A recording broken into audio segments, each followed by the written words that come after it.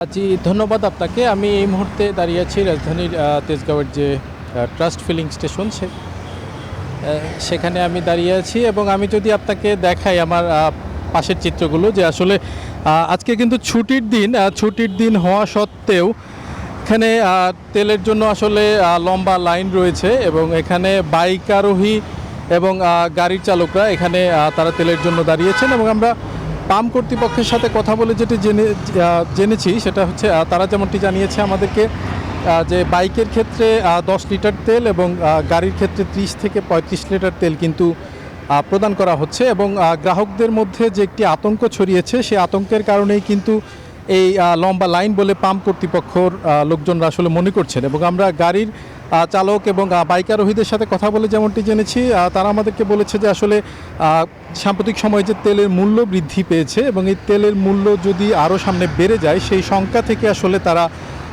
তেল প্রতিদিন নিচ্ছেন এবং সামনে তেলের দাম আরও বেড়ে গেলে তারা আরও সমস্যায় পড়বে এমন সংখ্যা থেকে আসলে তারা প্রতিদিন তেলের জন্য ভিড় করছেন এবং এখানে অনেক পাঠাও এবং বাইক উবার চালকরা রয়েছে তারা যেমনটি বলছে যে আসলে পেশাগত কারণেই তাদের দৈনন্দিন জীবনে তেলের প্রয়োজন হয় যে কারণে তারা আসলে তেল ক্রয় করে রাখছে এবং এখানে 24 ঘন্টায় কিন্তু তেল প্রদান করা হচ্ছে এবং এবং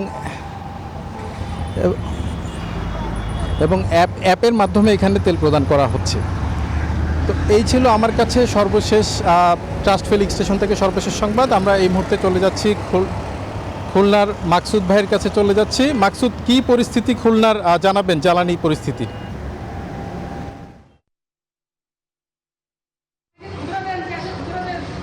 জি ধন্যবাদ। খুলনায় কিন্তু জ্বালানি তেলের পরিস্থিতি এখনো স্বাভাবিক হয়নি।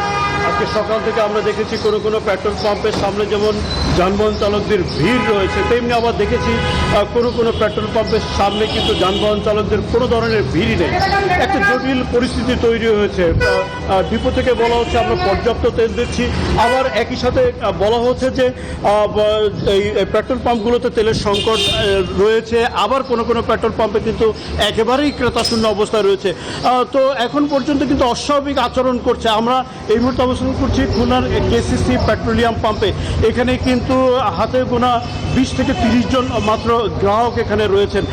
এখানে কিন্তু প্রতিদিন কিন্তু 200 থেকে 300 গ্রাহক এখানে প্রায় আধা কিলোমিটার পর্যন্ত লম্বা সারিতে অপেক্ষা করেন, কিন্তু সেই চিত্রটি আজকে কিন্তু এখন আর নেই। আজকে সরকারি ছুটির দিন, ডিপো থেকে কিন্তু তেল সরবরাহ করা হয়নি, তারপরেও কিন্তু এই পেট্রোল পাম্পগুলোতে তেল রয়েছে এবং এই তেল থাকার পরেও কিন্তু এখানে কিন্তু আসলে ক্রেতা নেই।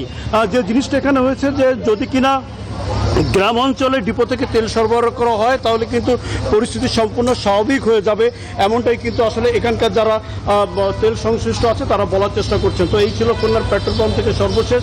একই খবর জানতে আমরা যাচ্ছি আমাদের সহকর্মী সিরাজগঞ্জে সায়েমের কাছে। সায়েম, জানাবেন সিরাজগঞ্জে জ্বালানি তেল পরিস্থিতির সর্বশেষ পরিস্থিতি কি? Sayem.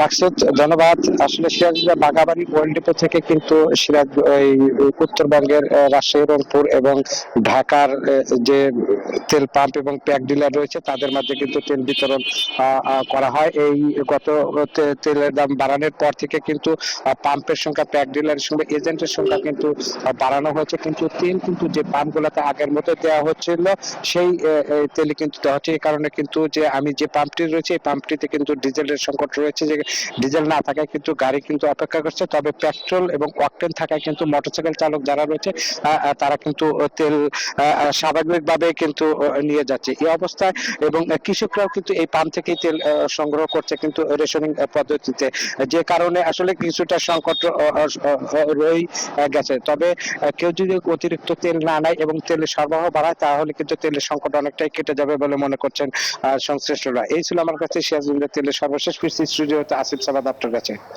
Bashundhara public school and college 2026 শিক্ষাবর্ষে ভর্তি চলছে।